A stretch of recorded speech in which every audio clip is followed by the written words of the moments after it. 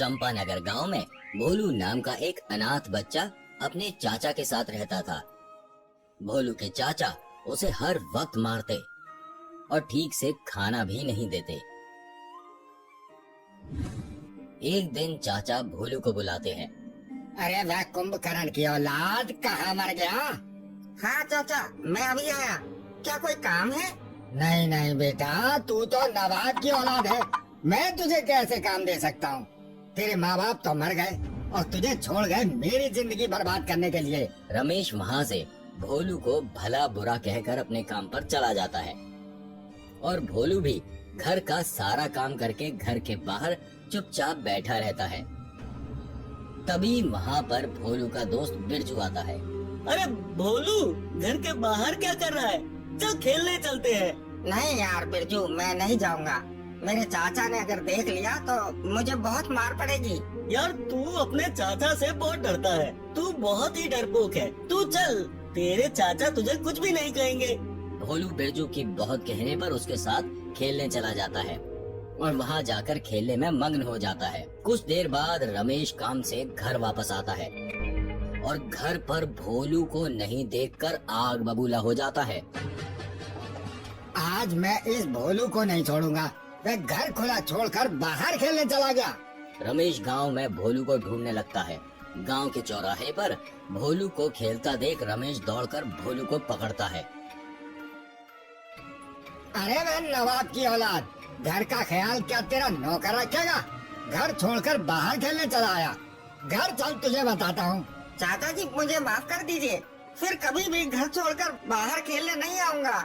रमेश भोलू को लेकर घर वापस चला आता है। घर आकर भोलू को बहुत मारता है और उसे खाने भी नहीं देता। रात में भोलू को बहुत भूख लगती है। भोलू अपने चाचा के पास जाता है। चाचा जी, मुझे बहुत भूख लगी है। मुझे कुछ खाने को दीजिए। नास्तीटे कहीं के, चुपचाप जाकर सो जा। आज खाने में कुछ भी नहीं बचा। कल सुबह देखा जाएगा। भोलू दुखी होकर अपने कमरे में वापस चला जाता है और रोते रोते सो जाता है।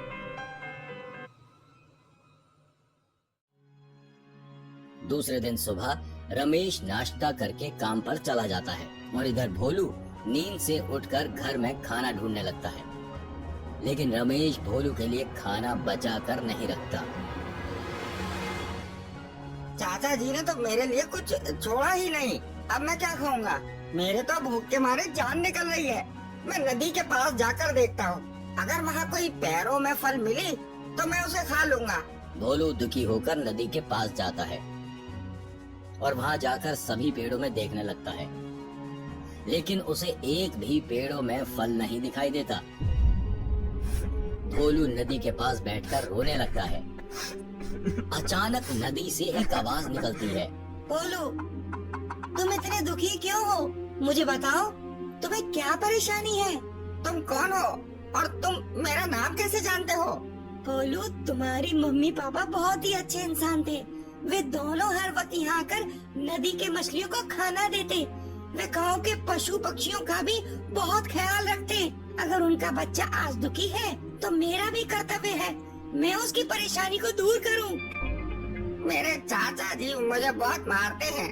घर का सारा काम भी मुझको करना पड़ता है। अगर मुझसे कभी भी कोई गलती हो जाती है तो वो मुझे खाने नहीं देते। मैं कल से भूखा हूँ।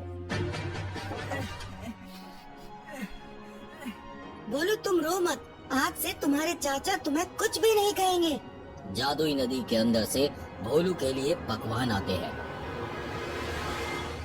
भोलू जल्दी जल्दी खाना खाने लगता है।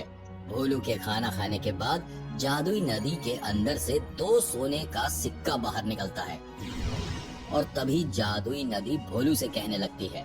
भोलू, तुम बहुत ही अच्छे बच्चे हो। तुम ये सोने के सिक्के लेकर घर जाओ। सोने का सिक्का पाकर तुम्हारे चाचा तुम्हें कभी भी बुरा भला नहीं कहेंगे और कभी भी तुम्हें मेरी आवश्यकता हो तो तुम यहाँ आ जाना। मैं तुम्हारी सारी समस्याओं का समाधान करूँगा। भोलू खुशी खुशी सोने का सिक्का लेकर घर जाता है और अपने चाचा को वे 2 सोने के सिक्के देता है। रमेश तो सोने का सिक्का देखकर हक्का बक्का रह जाता है। बेटा भोलू, तुम्हें ये सोने का सिक्का कहाँ मिला? चाचा जी, ये सोने का सिक्का मुझे नदी ने दिया है और उसने कहा है तुम्हें जब भी मेरी आवश्यकता हो मेरे पास आ जाना। रमेश को भोलू की बात समझ नहीं आई और वह तभी मन ही मन सोचने लगता है। मुझे लगता है ये सोने का सिक्का भोलू को किसी ने नदी के पास दिया है, इसीलिए वह हर बार नदी नदी कर रहा है। नदी किसी को सोना कैसे दे सकती है? रमेश भोलू को कहता है, देखो बेटा भोलू, तुम तो घर के हाल चाल सब जानते हो। ये तो सोने के सिक्के से हमारा क्या होगा? मैं भी बूढ़ा हो चुका हूँ। तुम्हें मैं कब तक ऐसे बिठा बिठा कर खिलाऊंगा? तुम कल फिर उस नदी के पास जाना और ज्यादा सोना मांगना। ठीक है चाचा जी, आप जो कहेंगे मैं करूँगा। हाँ बेटा भोलू, मेरा तेरे सिवा है ही कौन? तू ही तो मेरे बुढ़ापे का सहारा है। ऐसे ही वे दोनों खाना खाकर सो जाते हैं। दूसरे दिन सुबह रमेश भोलू को नींद से उठाता है और कहने लगता है, अरे मैं भोलू, जल्दी जा नदी के पास, मैं बहुत सारा सोना देखने के लिए बेकरार हुआ जा रहा हूँ। भोलू जल्दी जल्दी उठकर नदी के पास जाता है और जोर जोर से नदी को बुलाने लगता है। अरे वह जादुई नदी, आज फिर मुझे तुम्हारी आवश्यकता है। हाँ भोलू, बोलो तुम्हें क्या चाहिए? मैंने तुम्हें कल जो 2 सोने के सिक्के दिए थे, वो सोने के सिक्कों का तुमने क्या किया? जादुई नदी, वह सिक्का तो मेरे चाचा जी ने ले लिया और उन्होंने कहा है मैं तुमसे बहुत सारे सोने के सिक्के लेके आऊं। भोलू तुम बहुत बोले हो और बच्चे भी। मैं तुम्हें खजाना दूंगा पर अभी नहीं, सही समय आने पर। अभी तुम उस खजाने का सही तरह से उपयोग नहीं कर सकोगे, लेकिन मैं तुम्हारे अच्छे के लिए तुम्हें हर रोज 2 सोने के सिक्के दूंगा। ठीक है जादुई नदी, मैं अपने चाचा जी को तुम्हारा ये संदेश बता दूंगा। जादुई नदी भोलू को 2 सोने के सिक्के देता है। सिक्का लेकर भोलू घर लौट जाता है। जल्दी जल्दी मुझे सोने के सिक्कों से बड़ा बक्सा दो।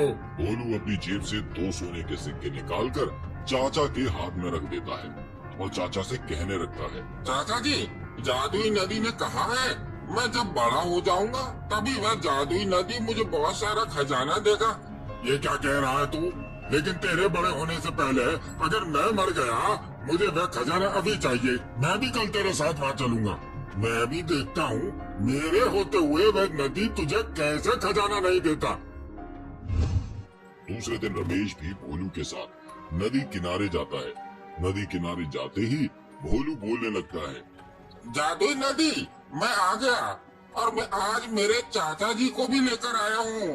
तभी रमेश चिल्ला चिल्ला कर नदी को बोलने लगता है, भोलू की बात अगर सच है तो ये जादुई नदी में तुझसे अनुरोध करता हूँ, जो खजाना तू गोलू को बड़े होने पर देगा वह मुझे अभी दे दे। उस खजाने से मैं गरीबों की मदद करूँगा और भोलू को भी पढ़ा लिखा कर एक अच्छा इंसान बनाऊंगा।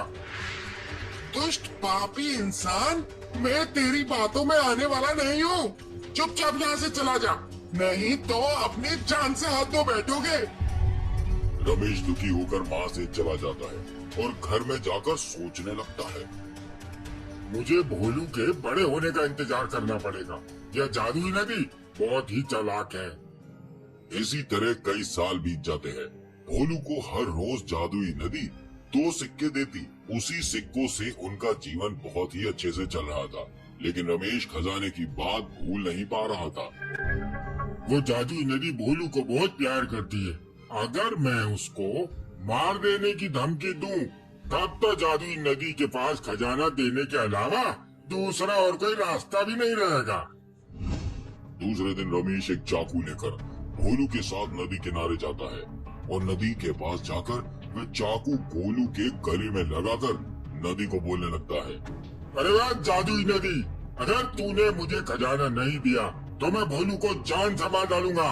जल्दी से नदी के अंदर से मुझे खजाना निकाल कर दे। दुष्ट इंसान, तेरी मौत तुझे यहाँ खींच लाई है।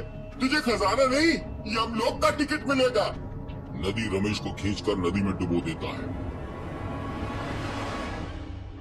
गोलू ये देखकर जोर जोर से रोने लगता है और नदी से कहता है, जादुई नदी, चाचा के अलावा मेरा दुनिया में और कोई नहीं है। मैं किसके सहारे रहूंगा?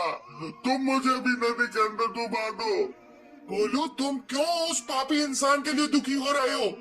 वे तुम्हें सिर्फ खजाने के लालच में ही अपने पास रख रहा था। अब सही समय आ गया है तुम्हें खजाना देने का। इस खजाने से तुम अपने लिए एक महल बनवाओ। भोलू वह खजाना लेकर अपने लिए एक बहुत बड़ा महल बनवाता है और उस खजाने से दुखी गरीबों की सहायता करने लगता है। वह खजाना फिर भी खत्म ही नहीं होता। एक दिन राज्य की राजकुमारी का स्वयंवर होता है। भोलू भी उस स्वयंवर में हिस्सा लेता है। राजकुमारी भोलू को माला पहना देती है। तुम कौन हो और किस राज्य का राजकुमार हो? महाराज, मैं किसी राज्य का राजकुमार नहीं हूँ। मैं आपके ही राज्य का भोलू हूँ। हाँ, तो तुम वही हो जिसका नाम सभी राज्य